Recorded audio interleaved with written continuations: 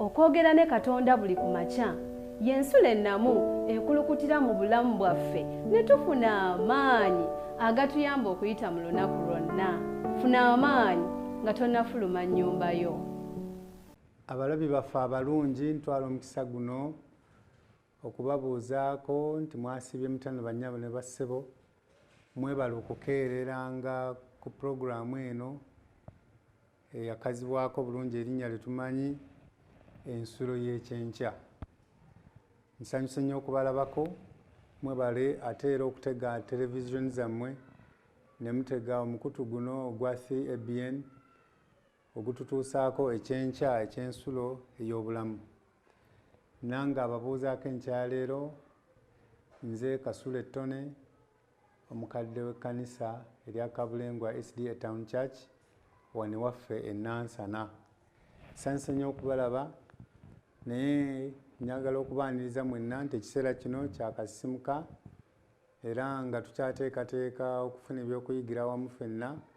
Nja kubasaba omuweereza wange gwe nakoze naye wano atuwa oluyimba olw'okusinza n'okutendereza nga we tubalindako ate nga mufuna ne Bayibuli n'ebikozesebwa. Mbakulisaayo nnyo, mwebale nnyo, mwebalire ddala okubanga mukyateeze omukutu guno ogwa 3ABN nga televizoni yokka gye wagamba nti ze nja okukeererangako naddala mu puroguramu yaffe eŋŋanzi ey'ensulo y'ekyenkya. Nyongera okubaanirizaako Mukama waffe Yesu Kristo, naye nga tugenda mu by'okuyiga, kansabe twewombeeke ffenna olw'ekyokuyiga. Mukama tukwebaza olw'ekisa kyo n'okwagala kwo, weebale okubeera omulungi gye tuli ebbanga lyonna ery'obulamu bwaffe. Tukweyanzizza nnyo kubanga otulisiza otunywesezza, watuyisizza mu kiro ekifaanana bwe kityo eky'enzikiza mu nkozi omulabe Sitaani bye twalabye ne tutalabye naye gwe n'otutaasa. N'enkyaleero ffe tuzuukusa okujja okusinza n'okutendereza okuyita mu kigambo kyo mu kasisimuka ak'enkyaleero. Jangu otuyigirize gwe yasuubiza Omwoyo Mutukuvu okutuyigiriza ate era otugumye bwe tutyo okusobola okutegeera ebigambo byo leero ne bulijjo ku bwa Yesu Kristo omulokozi waffe. Amiina. Njagala okutwala omukisa guno okubeebaza okuviira ddala ennaku eziyise mbadde mugenda mu maaso okubeera nga tuyigira wamu mu byawandiikibwa nga tukyayiga mu kasisimuka kaffe kano akakubikkulirwa lunyiriri ku lunyiriri. Mukama waffe yeebazibwe. Era n'enkyaya leero njagala okubategeeza nti tulina ekyokuyiga ekiriko omutwe ogugamba nti omunene okusinga obulamu. Omunene okusinga obulamu. Mukama waffe yeebazibwe. Twafunye ekyawandiikibwa nga lunyiriri lwaffe olw'okujjukira mu kitabo kya kubikkulirwa essuula esooka olunyiriri olw'15 nga lugamba bwe luti. Tukwate Bayibuli zaffe abazirina okumpi awo tusobole okubikkula tusome ekigambo kya Katonda mu kubikkulirwa essuula esooka kale n'olunyiriri olw'15. Essuula esooka olunyiriri lwa 15 agambye bw'ati. Ayogedde ebigambo bino mu ssuula esooka olunyiriri lwa 15 n'awandiika n'agamba nti n'ebigere bye nga bifaanana n'ekikomo, n'ebigere bye nga bifaanana ng'ekikomo ekizigule ng'ekirongooseddwa mu muliro, n'eddoboozi lye nga liringa eddoboozi ly'amazzi amangi. Kankiddemu olw'okukakasa ebigambo byaffe obulungi. Ayogedde bw'ati, n'ebigere bye nga bifaanana ng'ekikomo ekizigule ng'ekirongooseddwa mu muliro, n'eddoboozi lye nga liringa eddoboozi ly'amazzi amangi. Mukama waffe yeebazibwe olw'ekyawandiikibwa ekyo. Omuwandiisi waffe atwadde ebigambo bino agambye nti n'ebigere bye nga bifaanana ng'ekikomo olw'olunyiriri lumu lwe tulabye ate era nga kizigule nga kirongooseddwa mu muliro n'eddoboozi lye nga liringa eddoboozi ly'amazzi. Tulina ensonga wano 2 ku 3. Ekisookera ddala ekikomo ekizigule. Tulina ensonga ey'okubiri nga kirongooseddwa mu muliro, kyokka ate n'ekyokusatu ly'eddoboozi eriva gy'ali nga liringa eddoboozi ly'amazzi ng'ate mangi nnyo. Katusabe Mukama tugende mu kyokuyiga kino tusobole okutegeera ebigambo ebyo. Si kya butanwa nti ekitabo ekikulu ekirala eky'obunnabbi obwa Bayibuli obukwata ku nkomerero nti kirina ekifaananyi kyekimu eky'omulokozi. Si kya butanwa kubanga byombi bifaanagana kubikkulirwa ne Danyeri, byonna bifaanagana, byogera ku nsonga ezifaanagana.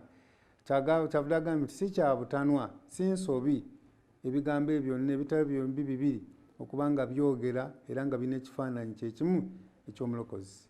N'alyoka agamba bw'ati, ne nnyimusa amaaso gange ne ntunula, era laba omusajja ayambadde bafuta nga yeesibye ekiwato kye ne zaabu ennungi eya Ufazi, era n'omubiri gwe gwalinga berulo, n'obwenyi bwe nga ku myansa bwe kufaanana, n'amaaso ge ng'ettabaaza ez'omuliro, n'emikono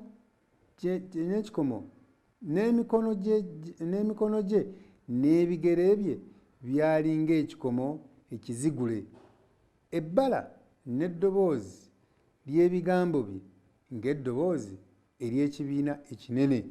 Oyo Danyeri essuula ey'ekkumi okuviira ddala ku lunyiriro lwokutaano n'okutuukira ddala ku lunyiriro lw'omukaaga. Kino katukikuumire mu birowoozo byaffe okuyita mu nnyiriri nnyingi ezigenda okuddako z'ogenda okusoma wansi wano oba zetugenda okugabanirako awamu ng'omuwandiisi we yazituwadde. Ebyo nno ebitabo bibiri birina ebintu ebifaanagana mu mbeera efaanana bw'etyo. Ekyokuyiga wano kiki kye tugezaako okuleeta mu maaso go nkyaleero nnyabo basse baatulaba nti tutunuulira obunene obusinga obulamu bwaffe nga n'ebigere bye ebifaanana ng'ekifaananyi kifaanana bwe kityo nga bya kitangaala era nga bya kitiibwa eri ababiraba era n'ababisoma wadde n'ababiwulira. Kyavudde awandiise n'agamba bw'ati, kaakano kitandise okweraga obulungi nti ebiwandiiko ebikwata ku biseera eby'enkomerero bisinga nnyo okulabikira mu bubonero obw'ebifaananyi. Weewaawo, kubanga byonna byonna gye tuvudde emabega tubadde tulaba bubonero, tulaba bifaananyi, tulaba bubonero, tulaba bifaananyi. Ebiseera eby'enkomerero biragibwa nnyo mu mbeera efaanana bw'etyo. Abamu bagamba n'okugamba nti ebigambo eky'Oluyonaani Yokaana kye yakozesa wano Chakolibanos nti ekijja mu kyuma ekiyitibwa oba akijja ku kyuma ekiyitibwa ekikomo ky'ekkolinso. Ekikomo ky'ekkolinso, Chakolibanos, ekyakolebwa Abayonaani n'Abaruumi nga bakijja mu kopa, ffeeza ne zaabu. Nga bakijja mu kopa, ffeeza ne zaabu. Ekyo nno omwogezi kyagezaako okujja mu Luyonaani olufaanana butyo Kolinso nti kyakolebwa Abayonaani n'Abaruumi nga bakijja mu kopa, ffeeza ne zaabu. Kyatwalibwanga ng'ekyomuwendo omungi n'okusinga zaabu olw'obugumu bwakyo. Era kyamanyibwa nnyo okuba langi enjeru. Ojja kwetegereza okumasamasa kwa Kristo okwa Danyeri ne Yokaana kwe baagezaako okunnyonnyola n'eri olulimi olw'omuntu oluyinza okusemberera mu kusiiga ekifaananyi ekituufu eky'ekitiibwa kya Katonda. Ebyo byonna byonna bye tulabye obanga baagasse ekikomo kifaanana kitya, wali ayogedde n'agamba nti bali baakolanga ekikomo ekirabika nga kyali kigumu nnyo, ffeeza, zaabu ne babigatta wamu ne kopa, ffeeza ne zaabu okusobola okufunamu ekintu ekigumu ekikyasinze. Kale baali bagezaako kufaananya kifaananyi ki? Danyeri bw'otunuulira omuddu we Yokaana bwe yali awandiika ng'agezaako okukwata ebifaananyi ebyo byombi okulaga ekituufu eky'ekitiibwa kya Katonda. Omutwe kyeguvudde gugambye nti omunene okusinga obulamu. mu byawandiikibwa ebigere bitegeeza kutwala njiri eri ensi. Waawo gwe nange kyetwandibadde tukulembeza tutwale enjiri eri ensi byebigere bino. Pawulo ajuliza Isaaya 52:7 mu biwandiiko ebyo bwe yawandiika nti ebigere byabwe nga birungi nnyo abaabuulira enjiri ey'ebirungi. Bw'osoma Abaluumi essula 10:15 era bw'agamba nti mubaka bwe eri ekkanisa eya Suwatira kubikkulirwa essula 2:18. Kale awo katusomeyo kubikkulirwa 2:18 kubanga yo Bayibuli weeri tetuli wala nnyo, nawe oyinza okukwata ekitabo kyo n'ogenda maaso n'okusoma wamu nange. Mukama waffe yeebazibwe. Balina omukisa abo abategeera ebigambo bino. Essula 2:18. Kale ye awandiise n'atugamba ebigambo bino n'agamba bw'ati 2:18. Yes. Era eri malayika ow'ekkanisa ey'omu Suwatira wandiika nti bw'ati bw'ayogera Omwana wa Katonda nti alina amaaso agalinga ennimi ez'omuliro n'ebigere bye ebifaanana ng'ekikomo ekizigule.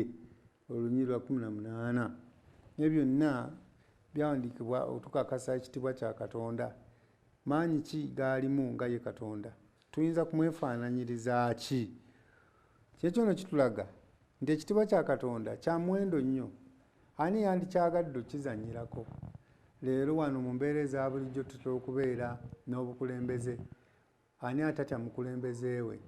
Ani atamuwa kitiibwa? Era n'omukulembeze akyetaaga n'okubadde aba takisabye, naye nga ggwe ate gwakulembera kikkakatako okuba omuwulize era omugonvu gy'ali. Bw'atyo naye n'asobola okukuweereza mu mbeera efaanana bw'etyo. Kiba kitegeeza buli omu ayinza okuba yeetaaga munne, naye nga Katonda wa kitiibwa gye tuli, naffe twandibaddeko bye tukola. Kyavudde awandiise n'agamba nti bamikisa abo ab'ebigere byabwe ebirungi ennyo abagenda maaso n'okuwulira ekigambo kye eri abo abakyetaaga eddoboozi eddungi eri abalyetaaga oliwulira. Mubaka bwe eri ekkanisa y'Omusuwatira biwandiise. Okulamusa kwa Kristo kwogera ku bigere bye eby'ekikomo ekizigule ekisinga okusanyusa. Suwatira yali kkanisa eyali yeetaaga okuzigula, okuyita mu muliro, okulongoosebwa era okuyita mu kubonaabona. Kkanisa ya Suwatira bwetyo yali efaanaganako. Leero tuyinza okwogera ku kkanisa ya Suwatira. Suwatira yaliwo, leero kkanisa kyeriwo. Ekkanisa yo mw'oli nange gy'osinzizaamu. Ngamba ekkanisa eyange ng'eya Kabulengwa, ngamba ekkanisa eyo gwe gy'osinzizaamu. Njogera ku kkanisa nga gwe mubiri gwe era yeekaalu ya Mukama mw'atuula. Oyinza okuba nga gwe mwannyinaze oba muganda wange gwe weetaaga okulongoosa mu mbeera efaanana bw'etyo eyalongoosebwa mu Suwatira nga bwe kyali kyetaagisa.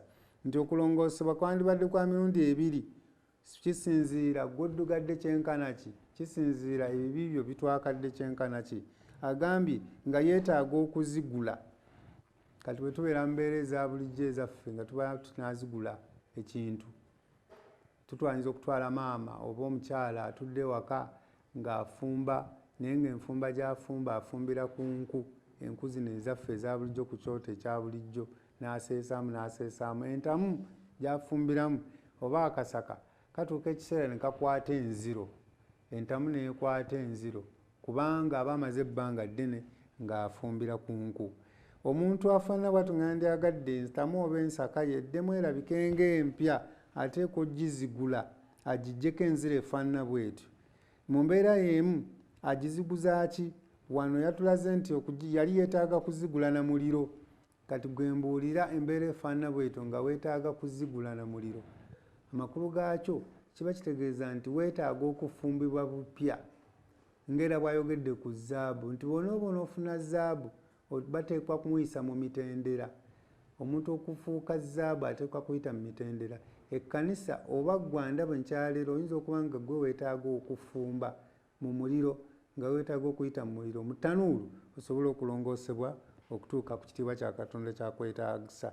mu mbeera y'emu ng'oteekwa kulongoosebwa okuyita ate mu kubonaabona. Mukama atusaasire. Ani yandyagadde okulongoosebwa ng'ayita mu kubonaabona? Kubanga oyinza okuba nga weetaaga okusemberera Katonda nnyo olw'essanyu n'emirembe gy'olina nga gw'olowooza nti toyina kizibu kyonna mu maaso ga Katonda, naye ate ayinza okuleeta embeera efaanana bw'eti y'okunyigirizibwa gwe kusobola okusemberera mu maaso ga Katonda. Mukama atusaasire. Kubanga ne Suwatira bw'ekyo kyakimwetaagisa. Okubonaabona kiyinza okuba nga kabonero aka Mukama kaasazeewo gwe asobola okulongoosa okufuula ekyo ky'ayagala obeere atuukiridde mu maaso ge. Kyava wandiisa ebigambo bino. Ezeekeri yawandiika nti kale laba ekitiibwa kya Katonda wansi wa Isirayiri.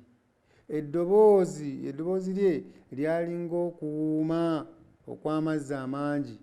Bw'osoma mu Ezeekeri essuula ya 43 n'olunyiriri olwokubiri. Weetegereze amaanyi agannyonnyola obuzito bw'eddoboozi lya Katonda. Ayogedde ku ki? Ayogedde ku mazzi amangi, okuwuuma okw'amazzi amangi. Wali ayogedde nayogera nga ku ddoboozi ery'abantu abangi. Teebereza abantu abangi singa basitudde okwogera ekigambo kimu nti ayi Mukama, ne boogeza ekigambo nti amiina, eddoboozi lisobola okwatuka nga ddene okusinga ery'omuntu omu. Kale bw'abanga ddoboozi lya bantu bangi nga bwe kifaananyiziddwa bwe kityo, ate mu mbeera y'emu nga liringa okuwuuma kw'amazzi. Singa tuba tutambuddeko abantu abatambudde bagenda ku biyiriro by'amazzi Manga Falls, oyinza okuwulira amazzi bwe gawuuma. Singa tugambe enkuba ebadde etonnya naye nga mulimu kibuyaga muyitirivu nnyo n'omuziro omuyitirivu, oyinza okuwulira enkuba bw'era. Bw'oba obadde mu nnyumba y'amabaati oyinza okulowooza nti gayinza okuba gagenda na kubotoka. Kale embeera efaanana bw'etyo kye kitiibwa kya Katonda kyayogerako.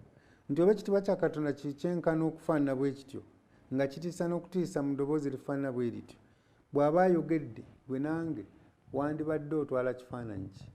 Wandibadde oteekateeka kukola ki? Kubanga eddoboozi lye liyinza okuba nga lya muwendo nnyo nga lyogera gye tuli, naye nga naffe twetaaga okuliwulira kubanga lya muwendo, kye kitiibwa kye kyayinza okulabika gye tuli ffe n'okutufuula kyayagala. Tuwulire eddoboozi lye. Lino eddoboozi eriteeka omukisa ogw'obulamu mu nfuufu eterinaamu bulamu. Ly'eddoboozi eriteeka omukka ogw'obulamu mu nfuufu eterina bulamu. Eddoboozi eryo era n'obutonzi bwe butyo n'ebitonde ebyatondebwa olw'ekigambo nti Mukama n'ayogera, eddoboozi ne lifuukamu ekikolebwa oba ekikolwa. Ebyo bwe bityo n'olubeerera bwe tumusomye mu ssuula esooka mu butonzi bwa Mukama waffe bwe bityo bwe byali. Yayogeranga bwogezi n'ekikolebwa, ge maanyi agafaana gatagali mu kigambo. Mukama bw'aba ayogedde naffe olwaleero, ng'ayogedde naawe mwannyinaze olwaleero muganda wange, eddoboozi ly'oliwulidde, eddoboozi ly'olitegeera, okyusizza ebikolwa bye, otegedde obunene bwe. Gwe omunene wo y'ani? Andaba olwaleero enkyaleero. Ani gwe weesize ng'ekyokulwanyisa kyo? Ani gw'otutte nga ye munene gy'oli ng'ayina okulwanira entalo zo zonna era nga gw'ogamba nti bwe kaba kakubye kati nzulukira eno? Omunene wo y'ani? Era oyo asinga n'obulamu kubanga mu kigambo kye mwe mwava n'obulamu, enfuufu gye batugambye wano eno. Kuba yayogera ekigambo, kigambo bwe kityo kifuuka omuntu n'abanga asobola okumuteneza n'okumugulumiza mu mbeera efaanana bw'etyo. Kale ne likomyawo abafudde mu bulamu, eryo ddoboozi lyonna. Era eddoboozi lye limu lyakozesa okutonda ate n'okuzzaawo obulamu. Kubanga mujjukire mu kiseera wazuukiza Laazaalo era amuyita agamba, gwe Laazaalo golokoka, golokoka. Kiba kitegeeza Laazaalo yeebase, abamu baali bakaaba mbu afudde, n'agagolokoka. Eddoboozi lifaanana bw'etyo likomyawo obulamu era bw'atyo Laazaalo yabeera mulamu. Mukama waffe yeeteeseteese ayita era ayogera gye tuli kubanga ye munene gye tuli. Atuyita okumusemberera, atuyita okukola nga bw'ayagala kubanga eddoboozi lye leero likyali likakkamu. naye ekiseera nga kituuse nga takyayinza nate kugumiikiriza mubi mu bwonoonefu bwe, ekiseera kiyinza okuba nti kijja kuba kiyise. Tuule eddoboozi ery'obukakkamu erituyita okusembera gy'ali, tumusemberere, twongere okumuweereza, twongere okukola by'ayagala mu ddoboozi erikakkamu. Kubanga bwe kitaabe bwe kityo, olunyi lwagambye nti bangi balidduka mu maaso ge nga bakaaba nti amayinja gabagweko nga tebakyayinza kugumiikiriza olw'ensisi. Bw'osoma Makko essula ey'okuna olunyi lwa 39, bw'osoma Yokaana essula y'e11 olunyi lwa 4384, era oyo yeeraga ng'omuyaga ogw'amaanyi nti sirika, teeka ki? Teeka oyo yekka asobola okuwangula. Nti sirika y'ayinza okusirisa, y'ayinza okutonda, y'ayinza okuggyawo, kubanga ye ekigambo kye kya lubeerera. Oyo yekka y'asobola okuwangula ensi. Mukama waffe yeebazibwe. Mu Kristo Yesu musobola okuwangulira mu ddoboozi eddungi erifaanana bwe terituyita okumusembera n'okumuweereza lye tuyinza okugondera, kubanga oyo ayogedde ye munene, yatonda eggulu eno n'ensi, ffenna mwe tulabidde ebirungi ne bye twegomba okubeera nabyo, Mukama y'abikola. Leero essaalayo n'essaala yange yandibadde ssaala ki? Nti Mukama waffe omunene okusinga obulamu bwaffe, tukugulumiza gwe eyeetoowaza n'ojja okubeera mu nsi, eyalwala ekibi oba eyatwala ekibi olw'obulokozi bwaffe ffenna tusobole okufuna obulamu obutaggwaawo. Mukama atuwa omukisa tubeere mu bigere by'oyo yeetoowaza, n'afuuka omwana ku lwaffe, n'akomererwa ku musaalaba, n'afa, n'abonyaamizibwa, n'afugibwa amalusu. Okwetoowaza okufaanana bwe kutyo ly'eddoboozi lyakyakozesa leero. Agamba jangu gye ndi nange nakuwummuza, jangu ggwe kubanga eddoboozi lyange likyali likkakkamu likuyita okumusemberera. Mukama atuwa omukisa enkyaleero ng'ofuluma, ng'otambula oba ng'oyingira nga byonna by'okola, jjukira eddoboozi lya Katonda likyakuyita okumusemberera n'okumuweereza, bw'otyo oleme kudduka mu maaso ge ng'alabisiddwa ku nnyanja endabirwamu. Kale nze essaala yange gye mbasabira enkyaleero, Mukama abawe omukisa omunene, asigale ng'omu ye Katonda, agulumizibwe emirembe n'emirembe. Amiina. Kubanga oyo atuwa obulamu. Mwebale nnyo okubeera abalabi abalungi, mwebale nnyo okubeera abagumiikiriza. Mukama abampeera omukisa. Kale katumalize ebigambo bino nga tuwaayo essaala ey'okwebaza. Katusabe. Mukama Katonda w'ekisa ekingi, weebale okubeera omuyigiriza omulungi, weebale okutuwa Omwoyo Omutukuvu atuyisizza mu kigambo kino, kubanga ebimu byekusifu nga tetuyinza nakubitegeera n'amaaso gaffe wadde endowooza zaffe. Naye ggwe akkiriza ffe okwogera ku bigambo bino, ate ne tufunamu ekyokuyiga. Leka ekimu bwe kiti kitumale, tutegeere obukulu bwo nga gwe kasaanya okusinzibwa eggulu n'ensi. Taata, tuleme okudduka mu maaso go, bwe tutyo otuwe okubeera nga twesiga ggwe wekka, ebyensi bino bireme otutumalamu n'okutuyuuzayuuza. Tukwekwase paka lw'olulabisibwa ku nnyanja endabirwamu, kwe kusaba kwaffe okuyita mu Yesu Kristo omulokozi waffe. Amiina. Mukama abempeera omukisa. Mwebale nnyo, mwebale ddala. Mbaagaliza olunaku olulungi. Okwogera ne Katonda buli ku makya y'ensula ennamu ekulukutira mu bulamu bwaffe ne tufuna amaanyi agatuyamba okuyita mu lunaku lwonna. Funa amaanyi nga tonnafuluma nnyumba yo.